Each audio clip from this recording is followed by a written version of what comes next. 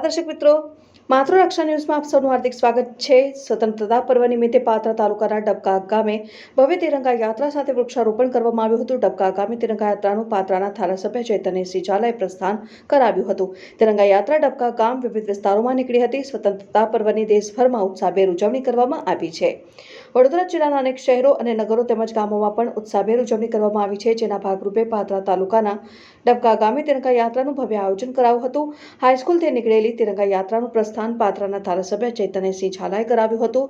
તિરંગા યાત્રા ડબકા ગામમાં વિવિધ વિસ્તારો અને માર્ગો પર નીકળી હતી, જેમાં પાત્રા મામલતદાર તેમજ પોલીસ મથકનો સ્ટાફ સહિત ડબકા ગામના આગેવાનો અને જિલ્લા પંચાયત સદસ્ય તથા તાલુકા પંચાયત પ્રમુખ સહિત ભાજપના હોદ્દેદારો અને કાર્યકરો અને ડબકા ગામના નાગરિકો મોટી સંખ્યામાં તિરંગા યાત્રામાં જોડાયા। તિરંગા યાત્રા ડબકાના વિવિધ વિસ્તારોમાંથી નીકળી હતી અને ડબકાના જસવંતનગરમાં સંપન્ન થઈ હતી। સાથે પાત્રા તાલુકા 11 ગામનું દરેક ગામમાં 1000 વૃક્ષોનું વૃક્ષારોપણ કરાયું, જેના ભાગરૂપે ડબકા ગામે તિરંગા યાત્રા સંપન્ન થઈ હતી।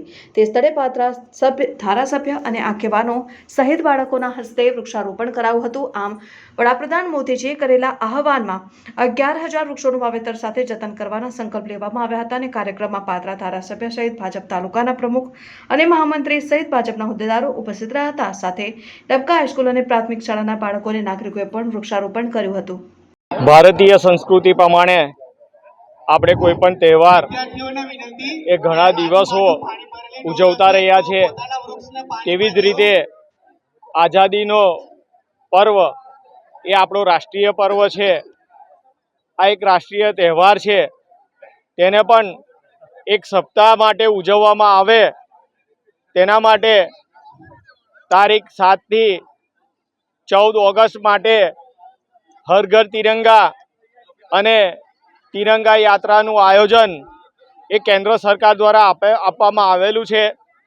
તેના ભાગરૂપે આજ રોજ પાદરા તાલુકાના ડબકા ગામે તાલુકા કક્ષાની તિરંગા યાત્રા યોજવામાં આવી હતી, જેમાં શાળાના વિદ્યાર્થીઓથી લઈને ગામના આગેવાનો, તાલુકાના આગેવાનો જોડાયા હતા અને તિરંગા યાત્રા સાથે હર ઘર તિરંગા આયોજનને પણ સફળ કરવામાં આવ્યું હતું। સાથે મોદીજીનું આહવાન હતું કે જે માતાએ આપણને જન્મ આપ્યો છે એ જન્મ આપનારી માતા અને આપણી ધરતી માતાના નામ ઉપર દરેક વ્યક્તિ એક વૃક્ષનું રોપણ કરે અને એનું જતન કરે।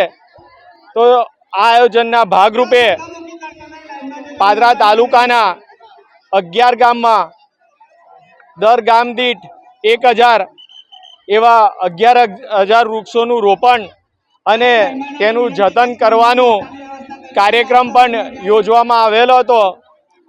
આ કાર્યક્રમના ભાગરૂપે ડબકા મુકામે 1000 વૃક્ષોનું આજ રોજ રોપણ કરવામાં આવેલું છે।